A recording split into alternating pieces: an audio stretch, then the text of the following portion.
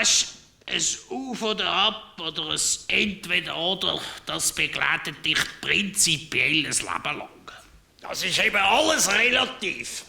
Das hat jetzt der Albert Einstein richtig erkannt. Er hat eben etwas überlegt. Aber wie geht jetzt schon wieder dem seine Relativitätstheorie? Weisst du, ist bei mir schon hure lang her. Im Prinzip ist das so.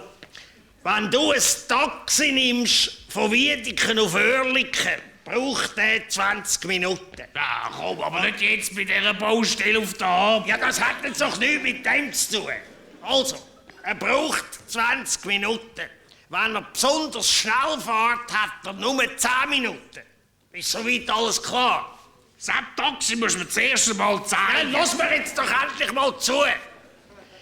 Wenn er jetzt aber mit dem Taxi in 3-facher Lichtgeschwindigkeit fährt, dann ist er früher beim Hallenstadion, als er zu Wiedeken abgefahren ist.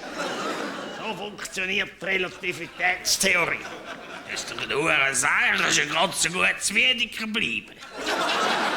Weisst du, Benno, mit dir kann man einfach keinen vernünftigen wissenschaftlichen Exkurs theoretisieren. Das ist alles relativ. Das sag ich ja! Das Taxi mit Lichtgeschwindigkeit macht dich einfach aggressiv. Lach nicht.